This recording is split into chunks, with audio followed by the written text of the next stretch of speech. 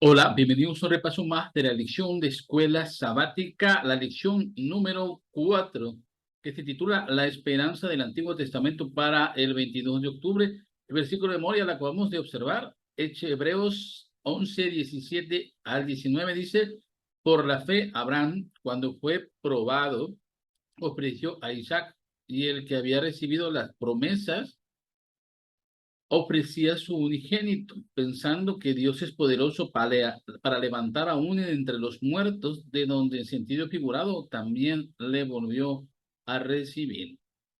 En el tiempo de Jesús, los saduceos no creían que hubiera resurrección. Jesús en Mateo 22, 29 dijo una frase muy especial: erráis ignorando las escrituras y el poder de Dios. Hay evidencia bíblica que el asunto de la resurrección se encuentra en muchos libros del Antiguo Testamento. No es un asunto exclusivo que haya sido revelado al ser humano a través de la vida, muerte y resurrección de Jesús. Mucho antes ya se hablaba de este gran evento. La semana pasada estudiamos un poco acerca de lo que es la muerte, pero ahora vemos que más allá de la muerte existe todavía un mundo por conocer.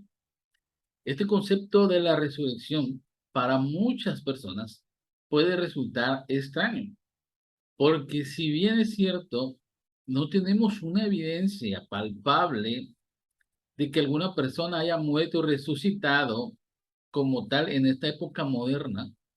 Increíblemente, el registro bíblico registra muchas evidencias de esto. Y pareciera ser que la idea de la resurrección estaba íntimamente ligada al pensamiento humano, pero precisamente aquellos fieles que seguían las enseñanzas divinas. Eso quiere decir entonces que el asunto de la resurrección está plenamente convencido y declarado para aquellas personas que se acercan con humildad a Dios para entender a través de sus enseñanzas esa gran esperanza. Si tú mueres, hay una oportunidad más para ti, y eso es precisamente obtener la seguridad de la vida eterna, de la resurrección. Pero tienes que morir pensando y creyendo en que Cristo te va a resucitar. Aunque el asunto de la resurrección no es exclusivo del cristianismo, muchas culturas también hablan acerca de esa fase, trance o esa fase existe más allá de la muerte.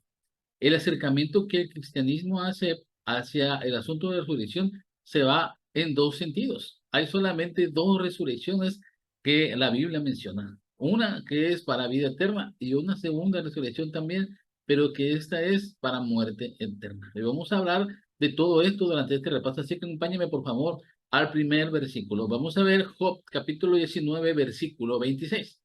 Y después de deshecha está mi piel, en mi carne he de ver a Dios. La historia de Job es una historia sumamente trágica, difícil, perdiendo cada una de las cosas que le importaban a Job, estando en la condición más difícil de su enfermedad, al cuestionarse incluso su propia vida, porque él incluso ya deseaba morir.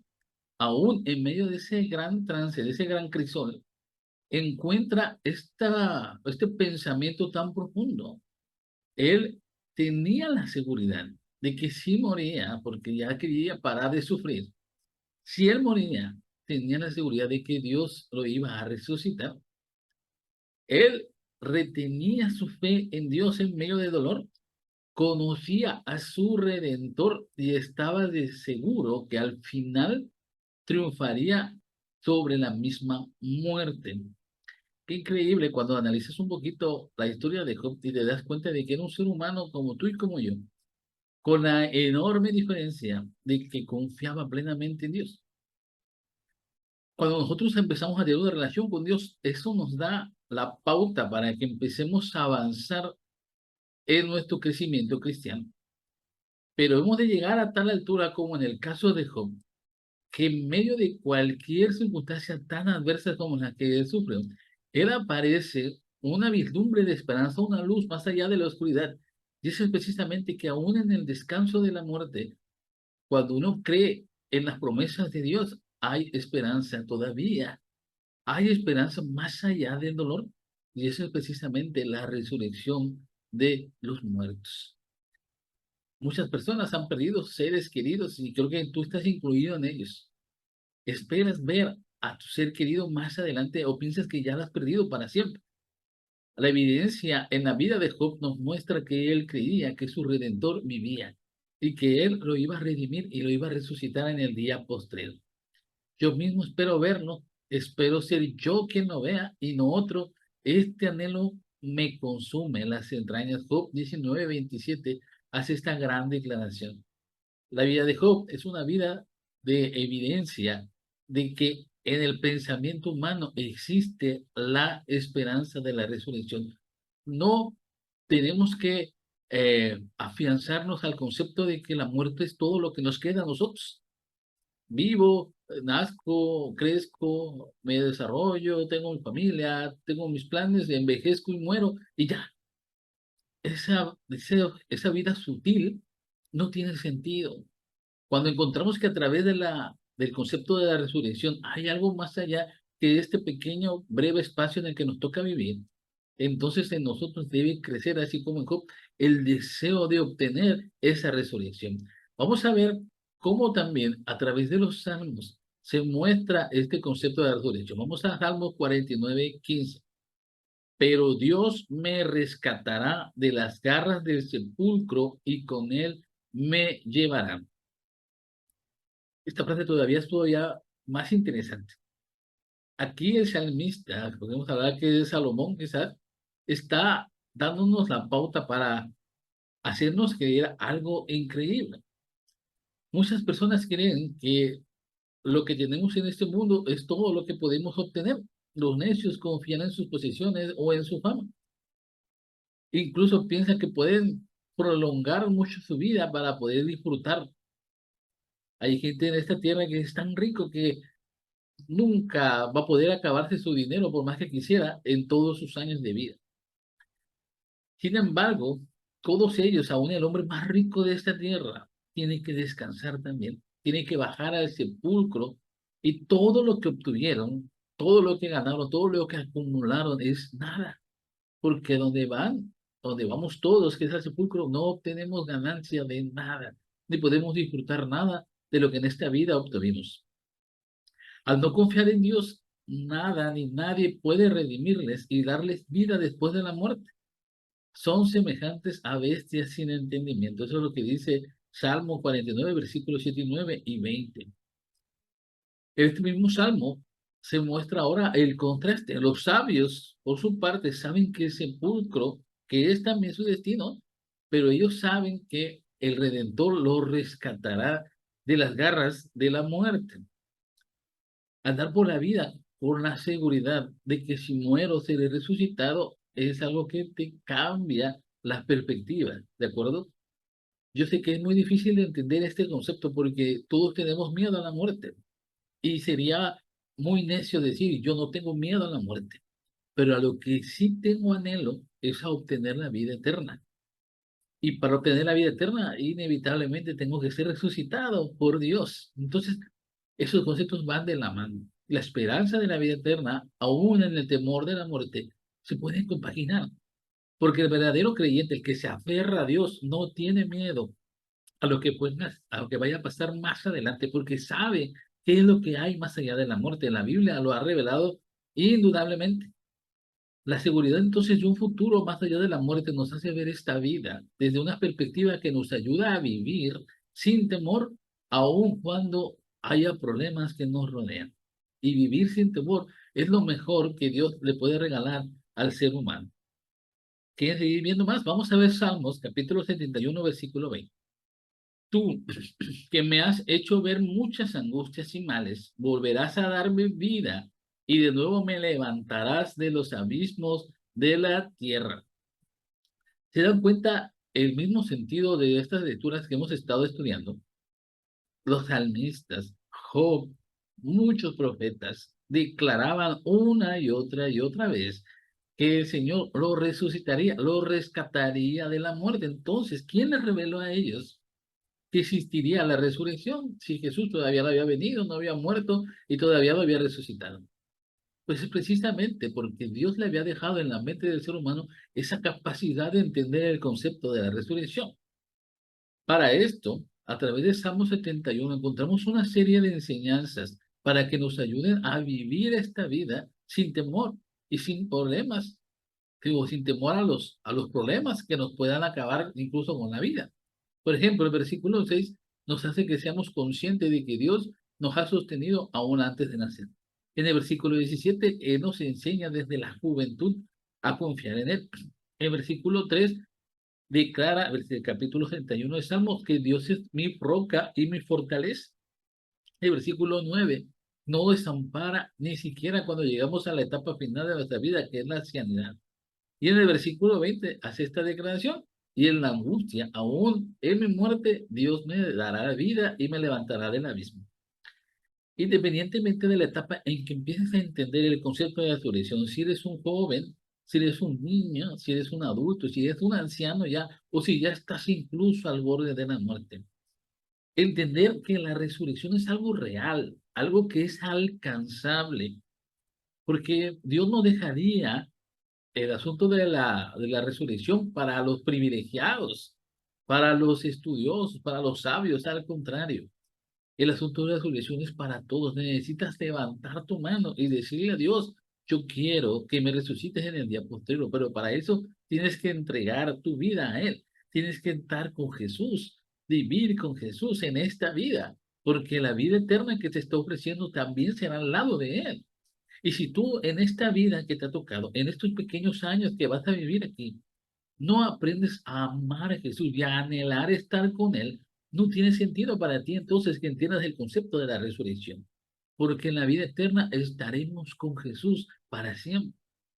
Y Él entonces, la muestra de ese gran amor, esa seguridad de que Él está a mi lado, nos da esa esperanza de vivir sin temor, aún incluso a la muerte. Entonces, qué bonito es que nosotros a través del estudio de los salmos podemos encontrar esas palabras de esperanza que podemos también compartir con aquellos que no lo entienden. Muchas personas o muchas religiones afirman que el concepto de resurrección aparece únicamente en la vida de Jesús. Es el primero que resucita. Sin embargo, en la mente de muchos antiguos del Antiguo Testamento ya existía este sentido de la resurrección. Yo quiero que veamos otro salmo, otro libro diferente. Vamos al libro de Isaías, capítulo 26, versículo 14 y después al 19. Y lo vamos a resumir rápidamente. Muertos son, no vivirán, han fallecido, no resucitarán. Tus muertos vivirán, sus cadáveres resucitarán. Aquí está hablando de dos muertes y dos resurrecciones. Y qué interesante es, porque hasta Tesalonicenses y hasta Corintios encontramos la perspectiva de los eventos finales cuando Cristo viene. Nosotros sabemos a través de estos libros del Nuevo Testamento que cuando Cristo venga, los muertos en Cristo resucitarán primero y ellos estarán con Cristo por la eternidad. Pero habrá una segunda resurrección, porque cuando Cristo venga, los que son resucitados son los que murieron creyendo en Él únicamente. Y un poco de personas, una muestra de un grupo de personas que vamos a ver un poquito más adelante quiénes. Pero esos son los que resucitan cuando Cristo viene. Pero después de que pase el milenio, existe una nueva resurrección. Y ese es para los impíos, aquellos que nunca en su vida aceptaron a Jesús como Salvador personal. Y estos impíos resucitan para muerte, para volver a morir, y ahora sí no resucitarán jamás. Entonces, según el libro de Isaías, existen dos tipos de resurrección. El de la segunda venida para vida eterna y el después del milenio para la muerte eterna. Por eso Isaías dice: hay los muertos que viven y hay los muertos que vuelven a morir. Nadie necesita dejar de existir. Esa es una declaración que el Señor nos hace en este repaso. Todo aquel que acepta a Jesús como su Salvador podrá vivir para siempre. En San Juan 3:16 es la muestra de las mismas palabras que Jesús le dio a esta humanidad. Entonces, ¿por qué no anhelamos la resurrección? ¿Por qué no tiene sentido para mí anhelar? Porque no hemos querido en primer lugar aceptar a Jesús como parte importante de mi vida. Si nosotros aceptáramos a Jesús, estudiáramos su vida, confiáramos en Él, tuviéramos una comunicación a través de la oración, te aseguro que anhelarías también la resurrección. Vamos a ver un apéndice de lo que el autor de la Escuela Sabática nos quiso enseñar esta semana también. Vamos a Daniel capítulo 12, versículo 2. Y muchos de los que duermen en el polvo de la tierra serán despertados, unos para vida eterna y otros para vergüenza y confusión perpetua. Cómo es sorprendente cómo el Señor usa diversos autores del Antiguo Testamento para afianzar en nuestra mente el concepto de la resurrección. Muchos serán despertados, pero ¿por qué no todos? En la segunda venida de Jesús, los justos resucitarán para recibir la inmortalidad. Sin embargo, los injustos vivos morirán. Nada se dice de la resurrección de los injustos hasta después del milenio, según Apocalipsis 25. De esta forma, los muchos que menciona Daniel incluye a todos los justos y también un pequeño grupo de injustos. ¿Y quiénes son estos? Según Apocalipsis capítulo 1, versículo 7, son aquellos que traspasaron a Jesús, los que se rieron, los que se burlaron de la agonía de Cristo moribundo, que su última imagen fue ver a ese hombre crucificado, aparentemente derrotado. Van a resucitar ahora y se van a dar cuenta de lo que habían hecho, se van a dar cuenta de a quién habían lastimado. El mismo Herodes, el mismo Pilato se va a resucitar para ver como vergüenza de que estaban crucificando al mismo Dios del universo. Entonces, esa parte importante de la resurrección, cuando Cristo venga, se va a dar para vergüenza de esas personas. Y ellos van a volver a morir, ¿ok? Resucitan para ver a Jesús venir en gloria y majestad, se dan cuenta de quién es, se dan cuenta de lo que hicieron y vuelven a morir. Por eso dice que es para vergüenza y confusión, hasta que surja, termine el milenio y vuelvan a resucitar, pero ahora sí para recibir su castigo. Lo dejo con esta parte final del Espíritu de Profecía, Mensajes Selectos, tomo 2, página 309.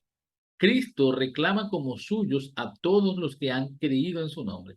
El poder vitalizador del Espíritu de Cristo que mora en el cuerpo mortal vincula a cada alma creyente a Jesucristo. Los que creen en Jesús son sagrados para su corazón porque su vida está oculta con Cristo en Dios. El dador de la vida pronunciará esta orden: despertad y cantad, moradores del polvo, porque tu rocío es cual rocío de hortalizas, y la tierra dará sus muertes. Isaías 26, 19. Esta declaración final del Espíritu de Profecía, quiero que te la lleves a tu casa. Los que creen en Jesús son sagrados para su corazón, porque su vida está oculta con Cristo en Dios. Los que creen en Jesús son sagrados, son tomados por Él como lo más valioso que tienen. Y como es lo más valioso, Jesús no lo quiere perder, quiere que permanezca en Él. Y es por eso que les promete que aún en medio de dolor, aún en medio de sufrimiento y aún después de la muerte, Él estará a su lado y lo recibirá con sus brazos abiertos cuando venga por segunda vez. Si estas palabras no te causan la sensación de que estás en el camino correcto, de que seguir a Jesús vale la pena, yo no sé qué está pasando con tu vida. Pídele al Señor que te ayude a entender, que te ayude a reconocer la necesidad de este Salvador que te ofrece la vida eterna. La muerte ya no tiene por qué darte temor. La muerte ya no es algo que sea lo último de tu vida. Al contrario, para los que creen en Cristo, la muerte es solamente un pequeño paso que hay que dar para encontrarnos con Él por la vida eterna. Que el Señor te bendiga y que este mensaje de esperanza pueda transformar tu vida y también puedas compartirlo con aquellos que necesitan escucharlo. Que tengas un muy feliz sábado.